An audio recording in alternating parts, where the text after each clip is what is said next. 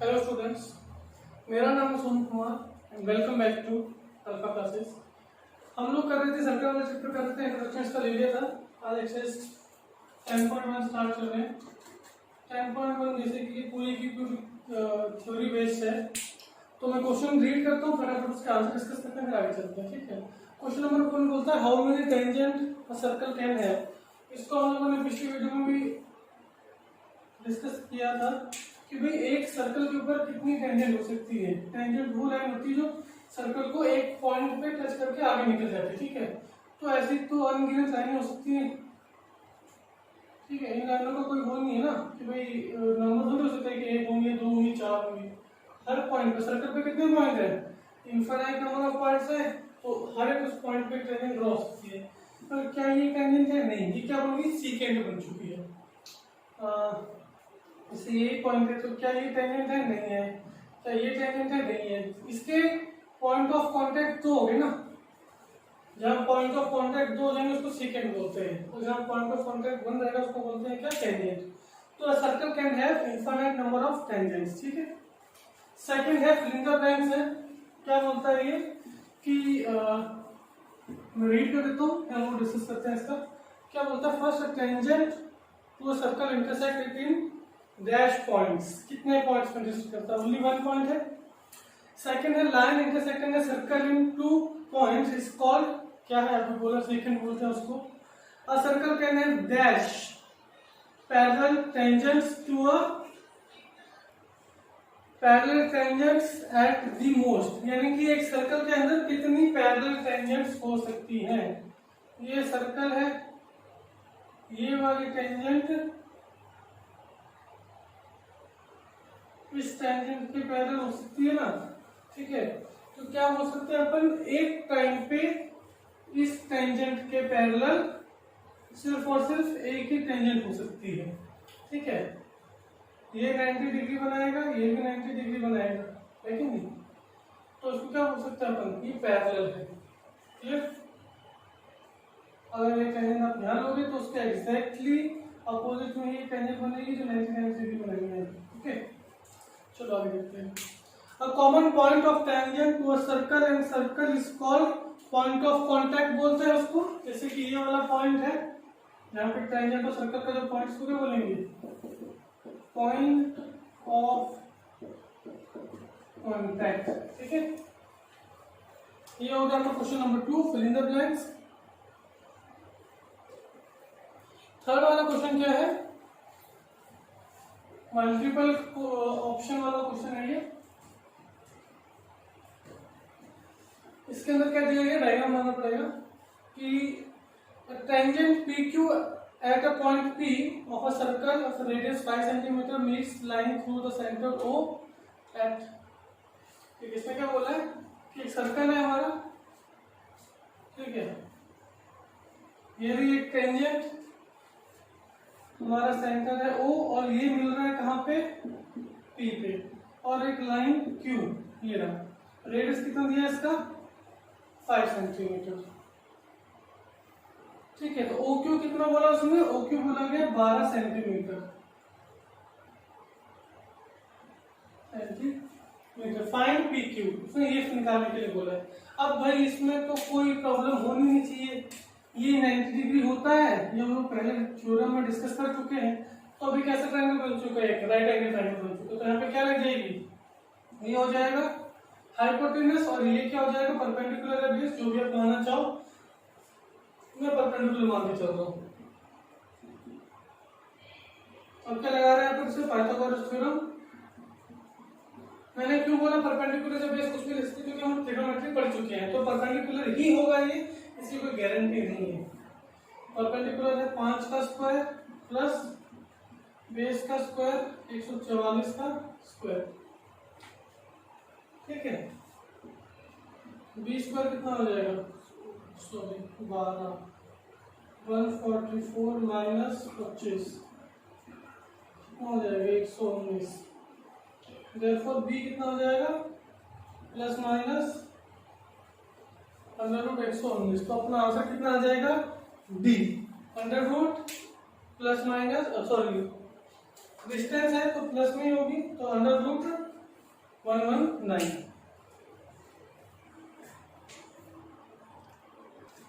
चलिए आगे बढ़ते हैं 10.2 की तरफ।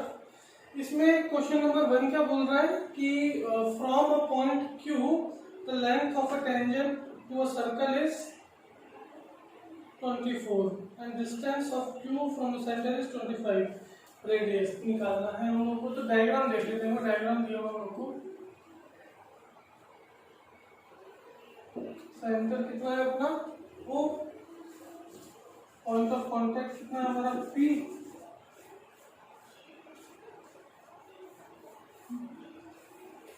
और ये पॉइंट कितना है Q। ठीक है, डायग्राम बना। फिर अपन साइड में क्या लिखेंगे, हमेशा लिखेंगे गिवन OQ एंड PQ दिया हुआ मेरे को। OQ कितना दिया हुआ है 25 और PQ कितना दिया गया 24 सेंटीमीटर। फाइंड आउट क्या करना है,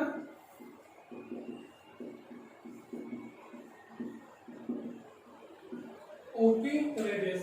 भाई हम लोग जानते हैं ये पॉइंट ऑफ कांटेक्ट पे टेंजेंट जो है 90 डिग्री का एंगल बनाती है, तो उस हिसाब से ये 25 सेंटीमीटर जो था ये कितना हो गया हाइपोटेन्यूज, और ये बेस कितना हो गया मेरा 24 सेंटीमीटर। तो मुझे परपेंडिकुलर निकालना है। ठीक है ना। तो अब क्या करेंगे, in triangle POQ h square is equal to p square plus b square. h कितना है 25 का स्क्वायर, p कितना है पता ही नहीं है, b कितना है 24 का स्क्वायर। तो p स्क्वायर कितना हो जाएगा 625 माइनस 576।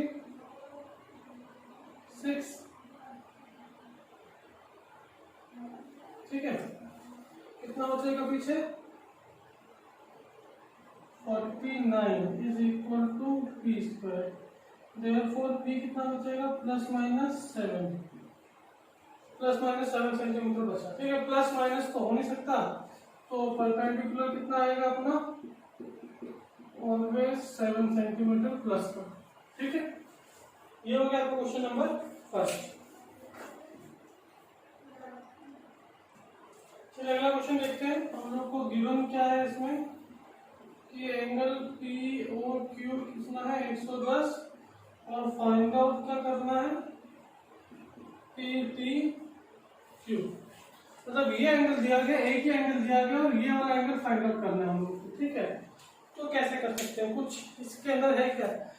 अगर आप लोग को याद होगा, हम लोगों ने 9th क्लास में पढ़ा था कि जो साइक्लिक क्वाड्रिलेटरल होते थे उनके अपोजिट उनका सम 180 होता था। पर यहाँ पर भी ऐसा ही होगा क्या, यहाँ पे ऐसा कुछ नहीं हो सकता क्योंकि साइक्लिक क्वाड्रिलेटरल था, ये सिर्फ एक क्वाड्रिलेटरल है। ठीक है, पर चलो क्वाड्रिलेटरल तो है, तो sum of all the interior angle of quadrilateral कितना होगा इज इक्वल टू 180 डिग्री। ठीक है, 180 डिग्री नहीं होता 360 होता है। ठीक है, तो इन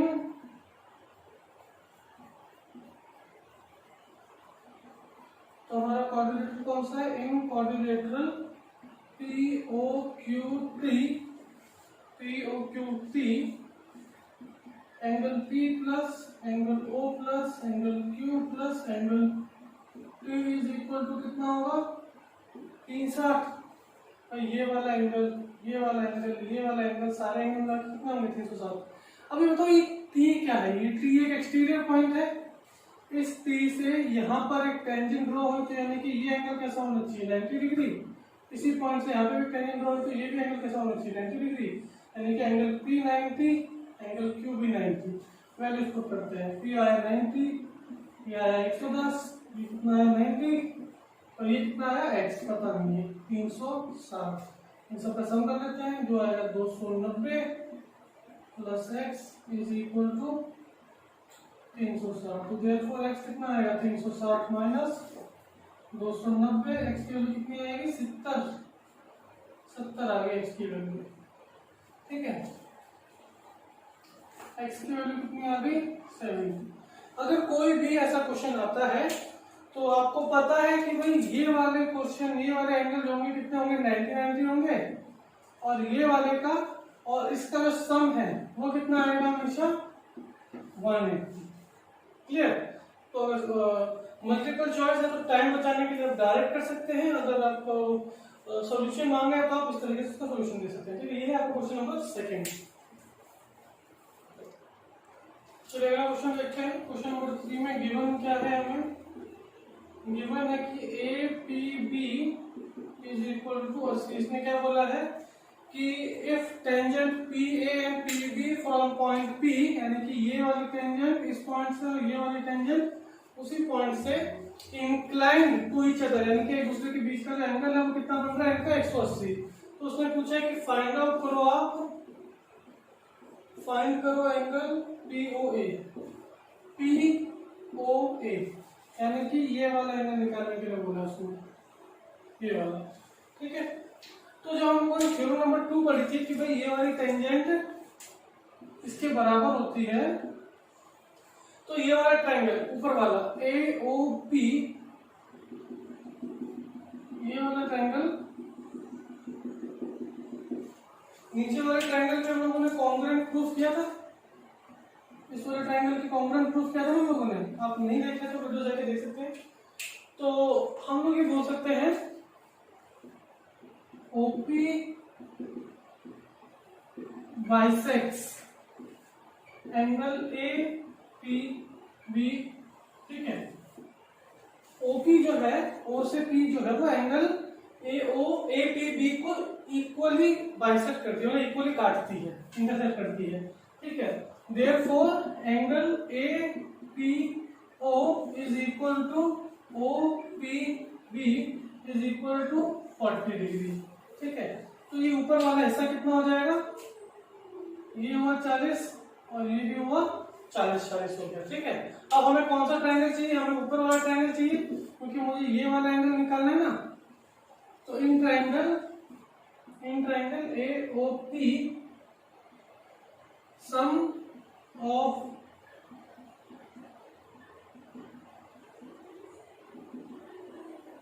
all the interior angles of a triangle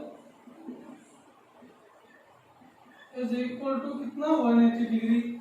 Therefore angle A plus angle O plus angle P is equal to what 180 degree. Angle O क्या है, इसमें एंगल A तो भाई ये है, P ये है और O ये वाला माना जाएगा। ठीक है, तो एंगल A बताओ कितना है 90 डिग्री होगा। टेंजेंट ड्रॉ हो रही है, पॉइंट ऑफ कांटेक्ट है, यहाँ पे रेडियस है, ये ना ये रेडियस है और ये टेंजेंट है, तो एंगल कितना बनेगा 90 डिग्री। ये आ गया 90। एंगल O तो पता ही नहीं है, एंगल P कितना है 40 डिग्री 180। therefore एंगल O कितना हो जाएगा 180 minus 130 is equal to 50 degree. और एंगल O को क्या बोल सकते हैं अपन, angle O A O P बोल सकते हैं, A O P बोल सकते हैं, या फिर अपन P O A बोल सकते हैं, जो भी हम लोग को फाइंड आउट करना है। तो कितनी वैल्यू आ जाएगी इसकी 50 डिग्री। ये है आपका question number 3।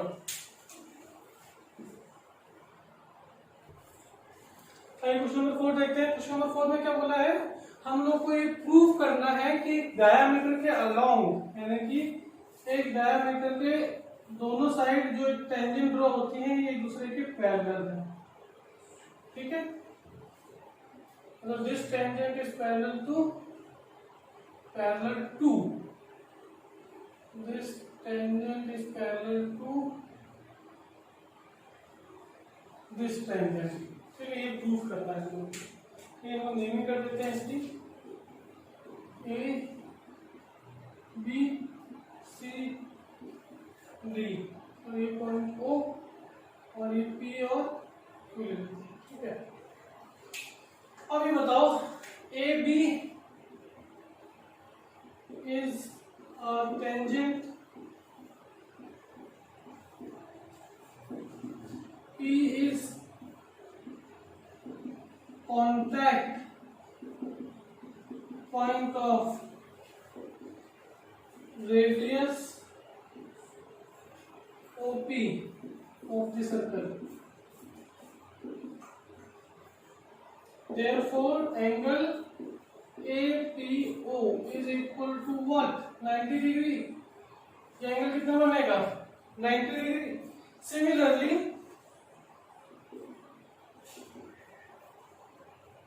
Similarly, angle CQO is equal to what? 90 degree. भाई DCB एक टेंजेंट है, Q क्या है? कॉन्टैक्ट पॉइंट है, OQ रेडियस का, तो ये भी 90 डिग्री बनेगा, है ना. अब ये हम लोगों ने पढ़ा था कि भाई ये वाला एंगल और ये वाला एंगल अगर बराबर हैं तो ये M और N लाइन कैसी होंगी? M is parallel to N. क्यों? एंगल X, मतलब इसको नाम दे देते हैं कुछ अपन. Angle X is equal to angle Y.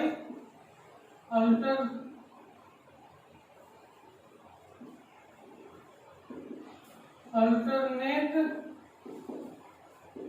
Interior angle. ठीक है, उस प्रॉपर्टी का इस्तेमाल करते हुए हम देखेंगे कि भाई ये वाला एंगल इस वाले एंगल के बराबर है, यानी कि ये दोनों लाइनें भी कैसी होती होंगी? पैरेलल होती होंगी. Therefore AB is parallel to CD because of these angle. X is equal to 90, Y is equal to 90. इसमें क्या किया हम लोगों ने? इस लाइन को घुमाते घुमाते इस लाइन को इधर लेके आ रहे थे हम. ये घूमते घूमते क्या हो गई? एक लाइन क्रॉस सीधी हो गई. ठीक है, तो these sides, these tangents can be parallel to each other. ठीक है, चलिए अगला क्वेश्चन देते हैं. क्वेश्चन नंबर 5 थ्योरी का क्वेश्चन है. क्या बोलता है कि prove that a perpendicular at a point of contact to a tangent to a circle passing through the centre. ये बोल रहा है कि अगर एक सर्कल है और ये जो टेंजेंट है, हमारी टेंजेंट जो है, ये सर्कल के, इसका परपेंडिकुलर है, सर्कल के सेंटर से पास करता है. ठीक है, तो ये तो सेंटर से पास करेगा ना, और कोई ऑप्शन है नहीं हमारे पास. क्यों? क्योंकि जो टेंजेंट है मेरी ये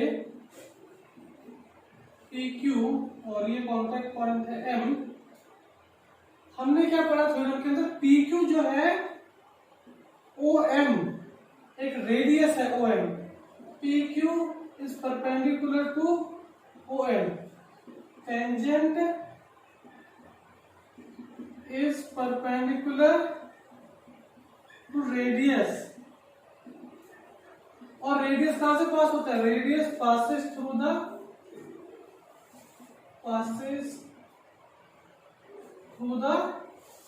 सेंटर. रेडियस सेंटर से पास होता है, तो देयरफॉर ये परपेंडिकुलर भी कहां से पास होती होगी? सेंटर से पास होती होगी. सिंपल सा क्वेश्चन. ठीक है, अगला क्वेश्चन देखते हैं. Question number 6. क्वेश्चन नंबर 6 में बोला है length of a tangent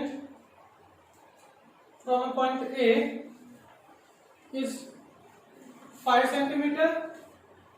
tangent की लेंथ दे रखी है हमें, sorry, length of the tangent from a point A at a distance 5 centimeter from the center. एक सर्कल है, क्वेश्चन समझना यहाँ पे.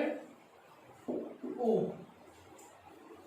the length of the tangent from a point A, यानी point A. ठीक है, यहां से टेंजेंट की लेंथ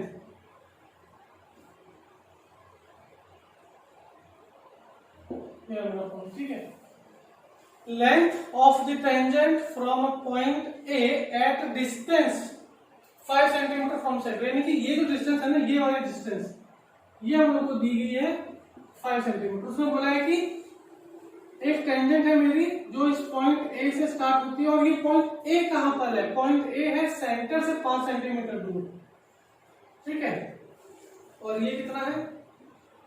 90 डिग्री, जो हमें पता है. तो कितना बोला है? A length of a tangent from a point A at a distance of 5 cm from the center of the circle is 4 cm. उसमें बाद में जाके बोला कि ये 4 सेंटीमीटर. ठीक है, find the radius of the circle. ठीक है, हम लोग को ये निकालना है. इसको रेडियस को नाम क्या देंगे? P.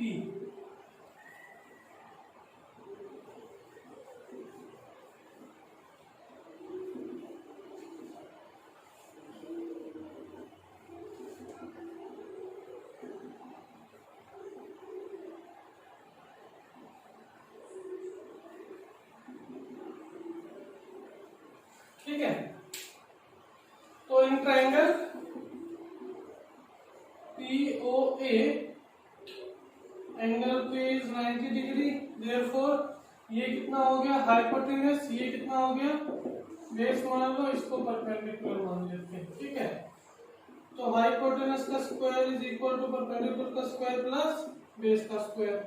हाइपोटेन्यूस कितना 5 का स्क्वायर, परपेंडिकुलर तो हमें पता ही नहीं है और बेस पता है 4 का स्क्वायर। ठीक है, देयरफॉर परपेंडिकुलर का स्क्वायर कितना हो जाएगा 25 माइनस 16, ये होगा 5 का स्क्वायर 25 और 4 उधर चला जाएगा 16 हो जाएगा, ये कितना हो जाएगा 9 पी स्क्वायर। तो पी कितना हो जाएगा प्लस माइनस 3। अब डिस्टेंस है तो माइनस तो ले नहीं सकते, तो हम लोग को लेना पड़ेगा perpendicular radius,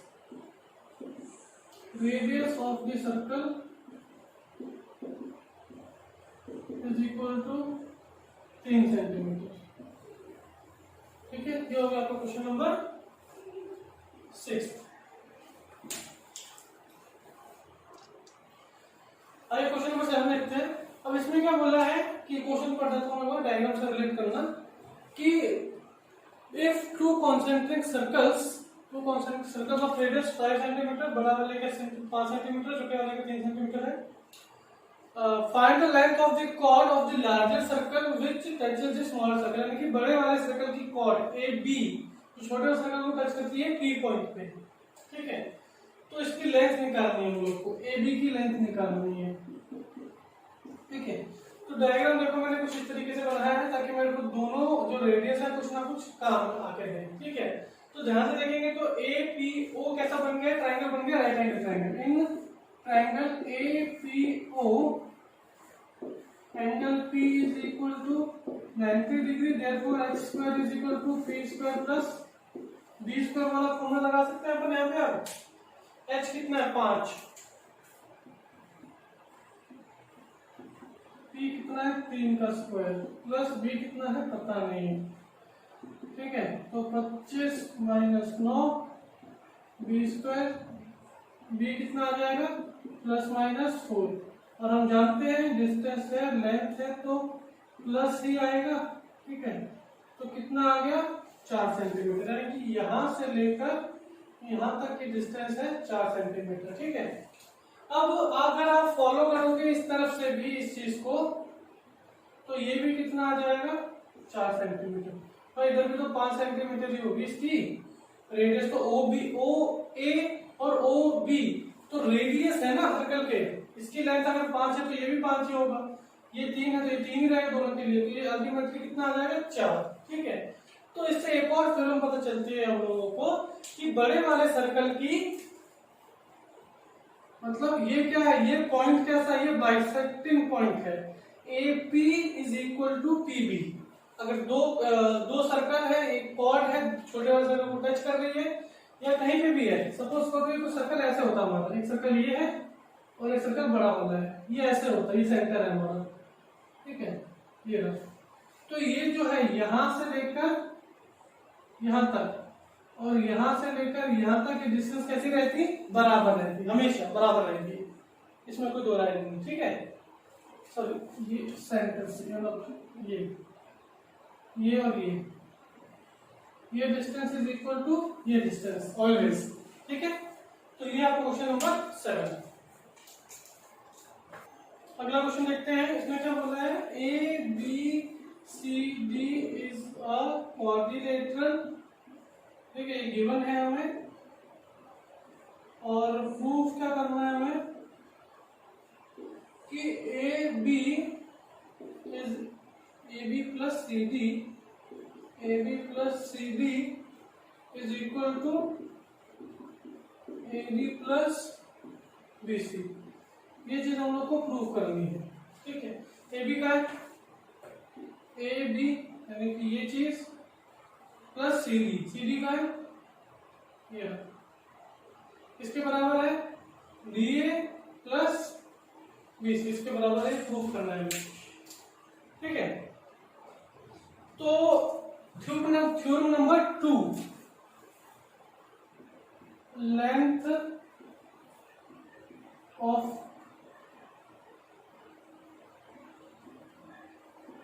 tangent from an external point to a circle is equal length of tangents from external point to a circle is equal, यानी कि AP is equal to AS, AP ये यहाँ से यहाँ तक is equal to AS, भाई external point है circle पे टेंजेंट होता है, ये चीजें बराबर होनी चाहिए, ठीक है। इसको नाम देते हैं क्वेश्चन नंबर 1। सेकंड क्या है, PB is equal to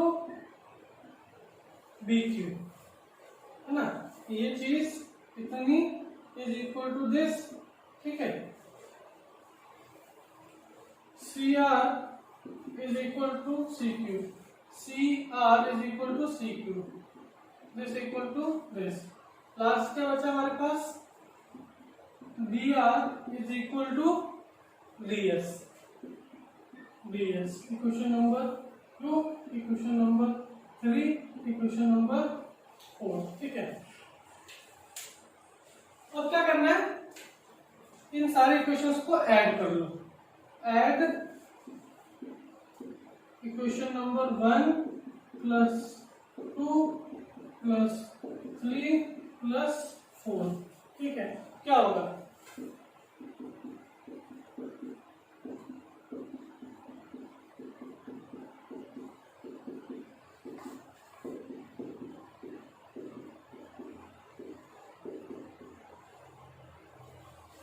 ठीक है। अब यहाँ देखा थोड़ा, मैंने उस तरीके से अरेंज किया है इनको कि जो मुझे इक्वेशन चाहिए थी मुझे वो मिल जाए। ए से बी, बी से बी कितना बन जाएगा, ए बी, फिर सी से आर, फिर आर से डी कितना बन जाएगा, सी बी, फिर क्या है ए एस, ए एस और डी एस को साथ में लिखा मैंने, ए एस और डी एस साथ में नहीं थे, दोनों थे, साथ में लिखा, क्या बना देगा ए डी प्लस BC, यही प्रूफ करना था हमें, और ये प्रूफ हो गया हमारा क्वेश्चन नंबर 8, ठीक है। चलिए नेक्स्ट क्वेश्चन देखते हैं। ये डायग्राम दिया हम लोगों को, बहुत टिपिकल सा डायग्राम दिया है, और उसमें प्रूफ करने बोला है कि एंगल AOB 90 डिग्री है, और हम लोग को सिर्फ गिवन के नाम पे एक चीज दी गई है कि XY is parallel to XY dash, ठीक है, X डैश Y डैश, यानी कि दोनों टेंजेंट कैसे हैं एक दूसरे के पैरेलल है, ठीक है। तो इस क्वेश्चन के अंदर हम लोग को एक चीज कंस्ट्रक्ट करनी पड़ेगी, वो क्या है, हम लोगों को इस पॉइंट को यहाँ से जोड़ना पड़ेगा इस पॉइंट से, ठीक है। इसको जोड़ने से क्या मिला, ठीक है, इसको जोड़ने से मुझे कुछ ट्रायंगल्स मिल गए, OPA OCB A है ना, और ये वाला ट्रायंगल मिल गया नीचे मेरे को, एक तो ये वाला, ठीक है, और एक ये ट्रायंगल। अब ये बताओ, ये वाला ट्रायंगल इस ट्रायंगल के कॉन्ग्रुएंट होगा क्या, हम लोग पहले कर चुके हैं, उसी तरीके से ये इसके कॉन्ग्रुएंट होगा, ठीक है। लिख देता हूँ मैं,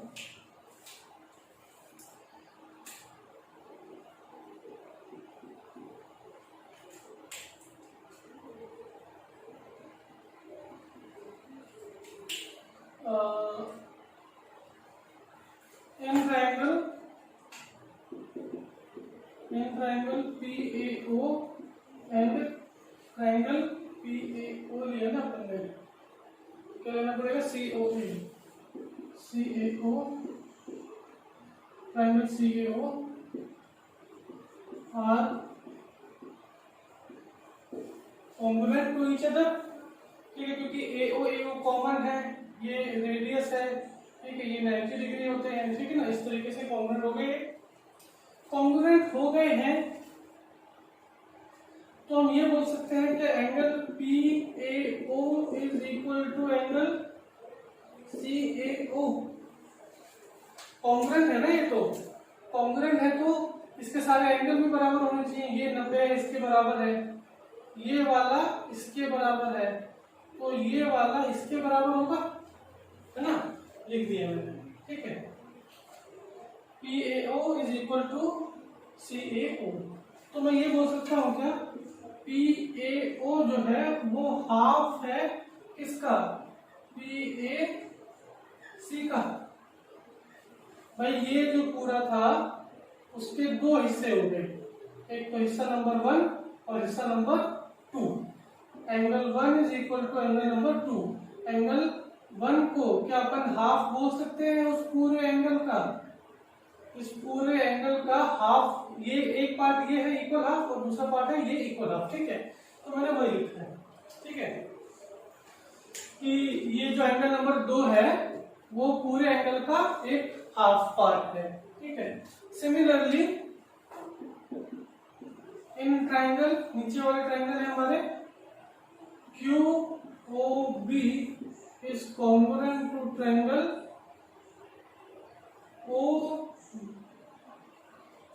COB,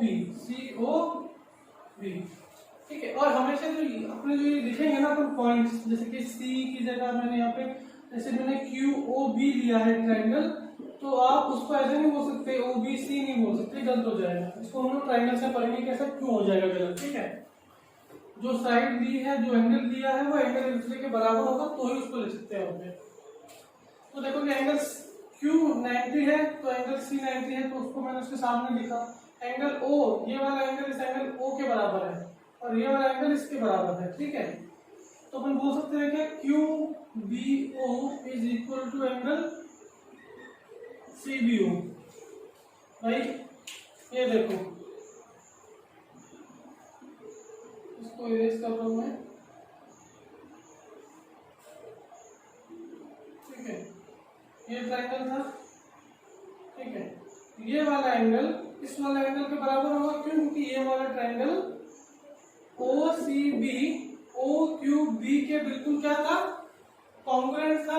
तो सारे के सारे एंगल भी बराबर होने चाहिए। ये वाला एंगल होगा इसके बराबर, ये वाला होगा इसके बराबर और ये वाला हो जाएगा इसके बराबर, ठीक है, लिख दिया मैंने। तो मैं क्या बोल सकता हूँ, OBC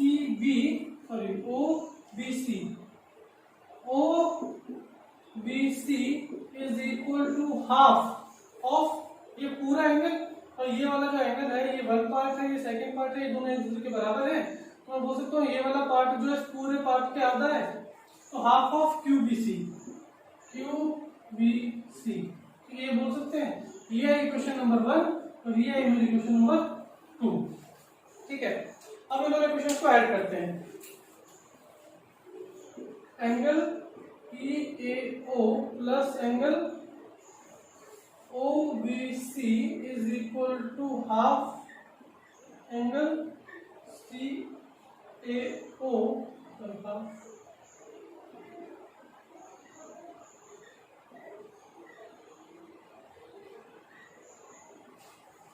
यहाँ देखो,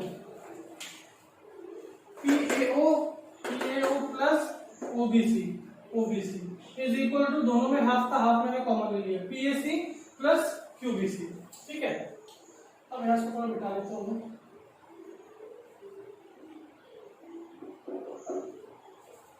थोड़ा साफ कर लेते हैं डायग्राम अपनी।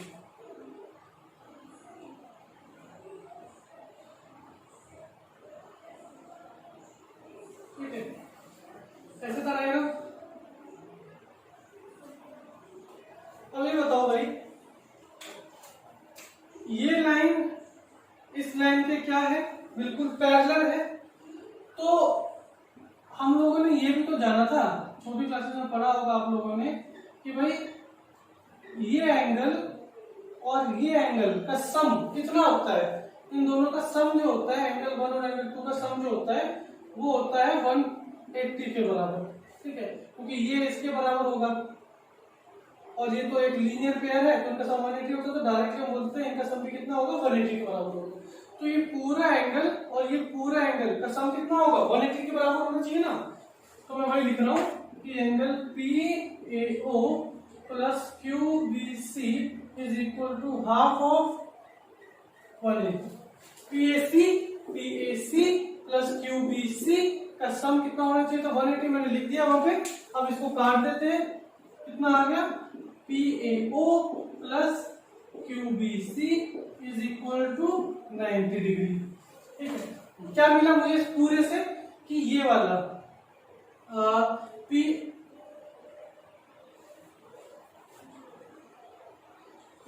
नहीं चाहिए हमें, यहाँ पे हमें क्या चाहिए, OAC चाहिए, OAC। ठीक है,